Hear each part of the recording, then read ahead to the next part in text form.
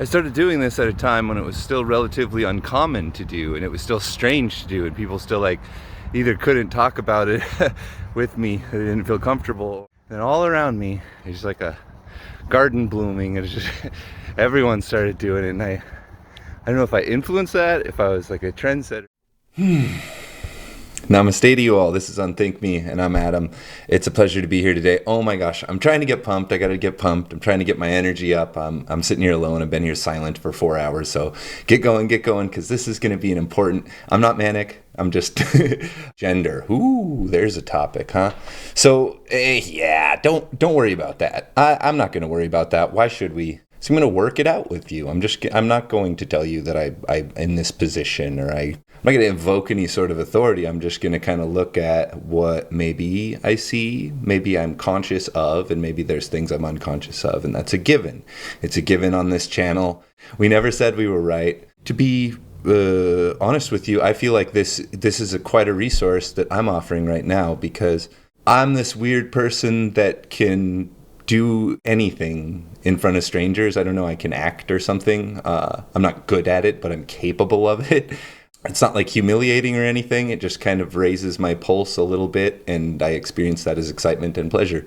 And so for whatever reason, maybe I'm not barking up these trees so much, but in my life, in the world, and in the media, I've never really seen it put in a very straightforward way, like, hey, this guy is wearing women's clothing now. What's going on with that guy? Or it's a girl now.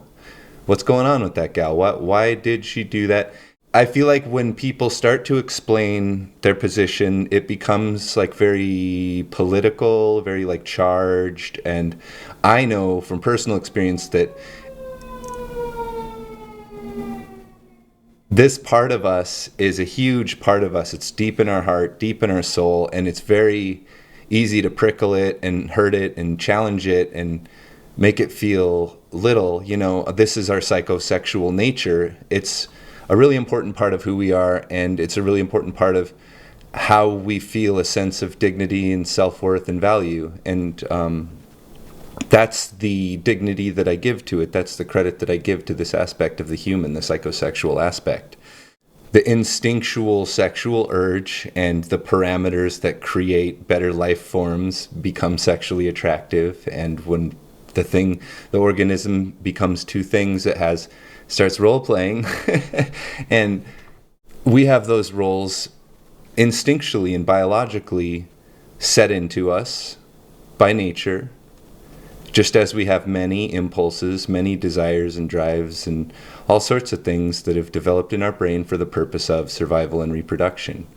Beyond that, as we develop a mind, a personality, an ego, as we have a psychology, as we're the only animal that does this thing, that instinctual sexuality becomes a formative aspect of our mind. So this is what I'm saying. It's an extremely important part of who we are, and it's really easy to hurt someone's feelings. So I'm just saying up front, I have the feelings. I feel the feelings. I know the feelings, all right?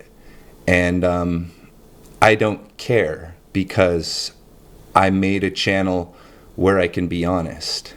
So if you are prickly, maybe this isn't for you. And I don't think I'm going to be very confrontational or anything. I just think that there's certain things that when you say them, it becomes a real threat to something that somebody won't look at. And, if there was one object of worship, I could say, or one meta value, just the ultimate value, the ultimate thing that is never a bad idea, is never wrong: consciousness, awareness, insight. Look at it. If we are triggered by something, maybe it's a dilation of ourself, and maybe it's something that through exposure we could come to be able to face and to confront and to deal with. And I think that more than anything else is what my story is about. A couple of the things I want to stress right from the start is I'm not representing any movement or I don't even like the verbiage. I don't care. I'm a guy who dresses like a woman and kind of self-conceptualizes as more feminine than masculine. And in my mind, that's not problematic. That's not paradoxical. That's not crazy. There's nothing wrong with that. Okay? It's in my mind. I encounter in the world a lot of people for whom that is challenging to see a man wanting to be a woman or to feel like a woman or to act or dress like a woman or to present like a woman, that is like me pushing into their, threatening them, challenging them. Maybe it is. Because when you want to dress like a woman in a perfectly harmless way, when you have that desire and it is shunned, it's pushed aside, it makes people confrontational, it makes people, you lose out on rewards, you're not as valued in certain contexts, you feel like you're a storm cloud or some sort of like foreboding presence, and you're kind of made to feel like some sort of like creep or weirdo or perv. And in certain places, in certain contexts, I'm definitely not trying to universalize this. And so I push back at that because that's silly. I know why I'm doing this. It has nothing to do with you. To set the stage here and talk about why it's emotionally heavy for so many people. The movement of trans people over decades seem to have won some sort of ground. This has resulted in, it is now public, it's pretty acceptable for me to be this way. Coming from a situation where it was less acceptable, I must say less acceptable for sure. So clearly progress has been made. By what means we could get into that, and maybe we will. But I want to say how grateful I am for that, and that I do consider myself a part of that to a certain extent. Me being a pioneer in presenting as female in public when it wasn't very common to do, and slowly seeing other people do it and the streets filling up with this sort of thing and just being like, It kind of feels to me like after all that being pushed on by notions of what gender has to be that I personally find silly, these arise from people's own psychosexual hang-ups being inflicted on me. If that's how I perceive the situation, then it is pretty unjust for me to feel at all punished or oppressed for behaving this way, which is natural to me. And so with all of that conflict in the air, with it being such a big deal, it then becomes like, well, okay, so like, why even do it in the first place? Like, what is it worth it? Is it worth it? Like, are you trying to martyr yourself? Not at all. No. To the extent that it's unacceptable, I hide it. And to the extent that it is acceptable, I do it proudly. And so I don't know, like, I'm a coward. I don't care about this enough to be a martyr. No. I've noticed that it has gotten to a sort of public warmth towards transgenderism to the extent that you aren't made to feel like some sort of monster most of the time when you go out at somewhere in between the cisgender extremes. And in a lot of places, it's very warm and it's very friendly and you feel wonderful inside because you feel accepted. You feel like I present who I truly am, and it is embraced and accepted, and that's just an awesome feeling. And I have been asked, what my pronouns are. That's cool. If you want to pronoun me female, that's flattering. I don't really, I don't think I'm fooling anyone. I don't need some other pronoun. I don't need. He is fine. Him to be a male to you is fine with me. I don't. You can think of me as anything you want. It's the most important part of it to me is me embracing who I am and me presenting that, and first of all having that be accepted, but then second of all having it be desirable. So that's where we get into, I think, where I might say some things that are going to be kind of weird to some of you. Think about, like, the language you speak is the structure of your thoughts. And we conjugate gender in the language. Like, gender is a part of what you are at the language level, at a very fundamental linguistic level. So I don't like he and she. In the first place, to refer to a human being, you're immediately making that duality into their nature with language. So for those of you who suspect, this intrinsic nature, understand that the intrinsic nature is an illusion created by language in a lot of cases. A lot of languages cut that out, and it doesn't affect it affects communication for the positive to not have boats be male and female, or cups, and locations, because it's kind of an arbitrary and silly thing. And so it is sort of like inflicting that on us languages that basically all of them that have he and she, male and female pronouns. The solution to that, to me, just seems pretty obvious, to have the generic pronoun be the standard. Maybe like just call it whatever you want, he or she, because it doesn't matter, because, it really doesn't. Oh, it's insensitive not to ask someone's pronoun. Well, that's because of this language that we speak that has these automatic pronouns. That's why you can offend someone by assuming the wrong gender. Well, great, let's just take that out of the language and there's no problem to begin with. So then we're adding more pronouns, so that it's even easier to get it wrong. It's even easier to offend someone. You identify even more as your identity status. This is all the wrong direction as far as I'm concerned, is to identify gender as less relevant in the self and in human identification, to be more, for gender to arise more from the expression of the self than language convention or social convention. All right, so I have to back up a little bit.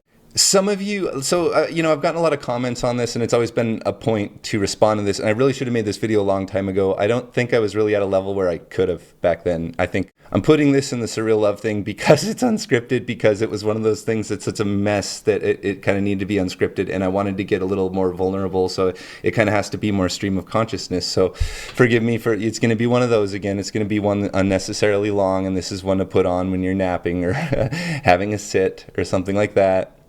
We're just connecting as people, and I'm trying to share with you something that's very deeply personal to me, but also I think that it should be very interesting to many people. I don't think a lot of people talk about the sorts of things that I'm looking at here. So I started doing videos with a beard and a suit and stuff like that. I'm an actor. I don't care. I'm not trying to be cool guy. I'm just whatever I need to be. I started showing up in like skirts because I was being like a cute little like Wheel of Fortune host or something, and that was just kind of natural. And I didn't, this is just me being an idiot, of course, because like none of you know that about me. And so it could be offensive. Like, what is he thinks this is funny or something? Okay. Yeah, I think in general, a man in women's clothing is sort of a funny thing. And that's sad. That's sad for me. I wish that people thought I was pretty. But no, it's funny when I wear a dress, yeah. I'm not trying to make you laugh. If Bugs Bunny puts on a dress and is trying to look pretty, we laugh because it's not really pulling it off. I don't really pull it off. I'm a male. But that's not a problem for me because I don't need me to fit in a some sort of mold or shape or something. Like, I'm Prince, that's, if there's a role model for you as far as gender goes. It's like, what are you talking about? I got this weird thing with a trumpet in it or something. It's fine. No, we'll get into that. I'm being glib about that. We can get real deep with that. But so you might have thought this was like sort of a character or a gag that's not working or a bit or something. And I can assure you, I'm at a point where expressing feminine is so normal to me that I forget that it weirds people out. And that I forget that in America right now, it's a big deal thing. It's like, it was for like a decade, it was pretty big. And I think it's kind of petered out a little bit. It's not as big a deal. We got all the restrooms figured out and everything. And, you don't get fired for being trans anymore. But, for the more global people, you might be like, this guy is wearing a dress, he's wearing a shirt. Like, what are you? What are you trying to do? Is this supposed to be funny? It's not funny. Are you trying to pass? You're not passing. Like, what is this, Rocky Horror? Sure it is. Sure it is. Like, what's wrong with that? Well, okay, so when I was talking about the way that sexuality is expressed at the, let's call it the infrared range of levels, in animals, in nature, when things split into to breathe. They role play. Certain traits emerge. One's bigger, one's smaller, and okay, all right, that's fine. And I don't need to draw any like hard lines on any of these. All right, I think that you have sort of three layers that are of mind, not nature so much, but mind. Right, the way you self-conceptualize your sexual, gender, being, etc. Your sex-related creature. I think you have like a sexual orientation, a sort of gender concept, and you have like a sex concept. So in my case, I feel that my body's a male. I'm a male. I have a low voice. I will grow facial hair. Like, well, no, duh. And I could change that. I don't really want to. I like being a male body. That's fine. Orientation. I think that's coming from the infrared, from instinct, probably. I don't draw a hard line, anywhere, but I'm definitely find myself instinctually and socially attracted to females, sexually attracted to females, for the most part. Plain Jane vanilla, boring. But gender is a little different. That's the touchdown area, what do you call it? It is really important to me that sex and gender be considered as two separate but interrelated things. And this is important, I would say, for moral reasons. If you're to ask me why I wear clothing that is designed to reveal a woman's body for reproductive purposes, well, let's turn this around a little bit. Let's go up to a 9-year-old girl wearing a pretty princess dress for reproductive purposes. It isn't quite so simple as that. It's the psychosexual nature of a human being. It's not just the biological urge to reproduce. So I have to say, in the case of this 9-year-old girl who is a non-sexual, pre-sexual creature by morality and by intellect, by mental levels, should not know about that. That can be traumatizing, right? Nevertheless, behaves sort of by instinct and sort of by monkey see, monkey do in the media with the parents, seeing the role playing. Okay, I'm the woman, so I kind of I do the woman thing. Oh, let's do my hair, let's do my nails, let's make me pretty. Why do you want to be pretty? What does that mean? Why do you want to? What does that mean? Little boys, do you want to be pretty? Nah, I don't want to beat up a pretty kid. What is with that? Why are you guys doing that? You don't want to be pretty? I want to be pretty. Being pretty is awesome. I love being pretty, so I do it. It's just the same thing. The little 9-year-old doesn't know why they want to do it. I don't know why I want to do it. I like being pretty. Same deal. So it's having known this my whole life, having been this guy my whole life, it seems kind of like I probably seem glib to you, but you seem glib to me as well when you're like, why do you dress that way? How many women do you ask this of? Why are you wearing a skirt? Doesn't that restrict your movement? It's like, hey, why aren't you wearing a skirt? Aren't they like you get a draft up there, that you look cute. It's kind of curvy, it's just cool. It's skirts are dope. Why wouldn't you wear it?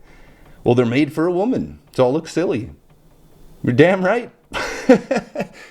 Now you are a weird person, according to the world that I grew up in, according to 1990s America, small town.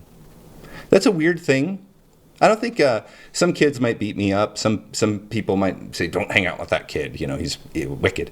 But for the most part, it would be. I wouldn't be invited to cool kid stuff.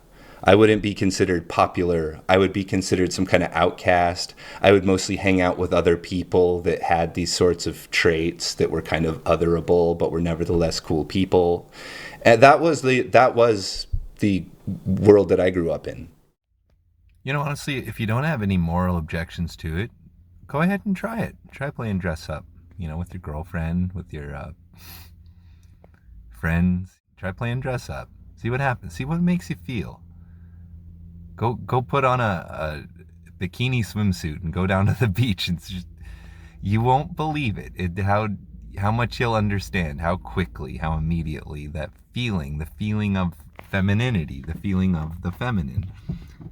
This is just an idea that arises from you, from your mind. It's your feminine concept that you recognize.